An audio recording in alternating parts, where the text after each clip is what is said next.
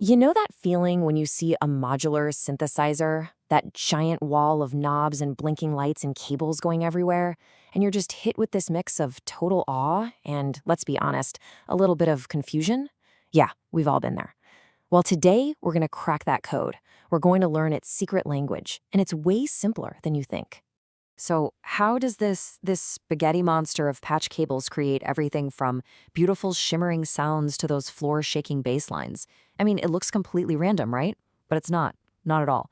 Every single one of those wires is part of a very structured, very intentional conversation, and we're about to learn the vocabulary of that conversation.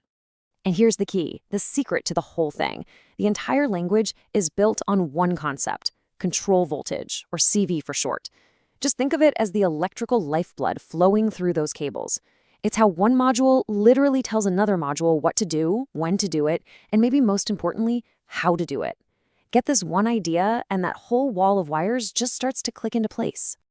Okay, so to get any kind of musical conversation started, the very first question we have to answer is when. You can't have a note before you have a rhythm. You can't have a melody before you have a pulse. So these signals, these are the ones that build the entire rhythmic foundation of whatever we create. Now, this language of when has two core commands, two main words. First, you've got the trigger. A trigger is like the starting pistol at a race. It's just a single, instant electrical pulse that basically screams, "Go now." It's perfect for firing off a really sharp drum sound, like a snare hit. But then you have the gate. A gate is different. It has duration. It says start for sure, but it also tells the module exactly how long to stay open before it says stop. And that length is everything in music. It's the difference between a short, stabby synth sound and a long, beautiful note that just hangs in the air. So if a trigger is a single go, then a clock signal is someone firing that starting pistol over and over and over again at a perfectly steady beat.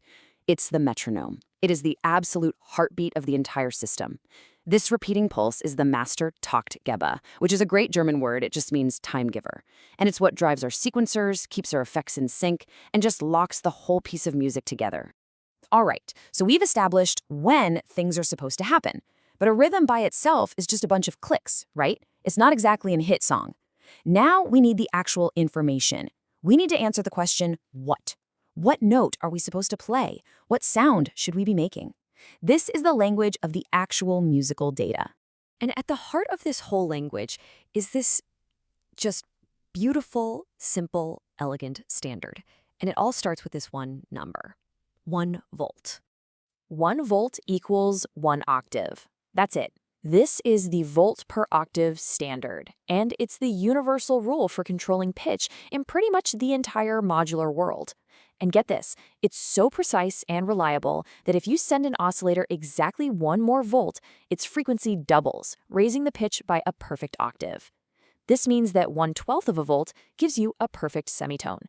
It's just an incredibly clean system for telling an oscillator exactly what note to play. But the what language isn't just about pitch. These stepped voltages can also make choices for us, kind of like a remote control. You can send a specific voltage to tell a digital module, hey, jump to that other sound algorithm, or to tell a clock module, switch the rhythm to 16th notes. And of course, a whole series of these little voltage steps, well, that's what creates the sequence of notes that becomes your melody. So we have when and we have what. That gives us a rhythm, it gives us a melody, but our sound is still a little flat, a little robotic. To bring it to life, to make it breathe, we need our final language, the one that answers the question, how? This is where all the expression, all the dynamics, and all the movement comes from. First up is the envelope. An envelope is all about shaping a single sound over time. It defines its contour. It decides if a sound is going to punch through the mix with a really sharp, quick beginning, or if it's going to swell gently into existence. It's the character of a note. Next up, the LFO. That's short for low-frequency oscillator. It's basically an oscillator that moves way too slowly for us to hear it as a pitch. So instead, we hear its cyclical, wave-like voltage as constant automatic movement. It's that repeating wobble or that slow sweep that just brings a static sound to life. This is really where we add that human touch. We can use CV for velocity, so notes that are played harder aren't just louder, they're also brighter. We can use pressure or aftertouch to add expression after a note is already being held down. And we can use those LFOs and envelopes to create all the classic effects, like tremolo, that's a wobble in volume, or vibrato, a wobble in pitch. The real magic begins when you start combining them, like using an envelope to make the vibrato on a note fade in slowly. That's the good stuff. So let's bring it all home.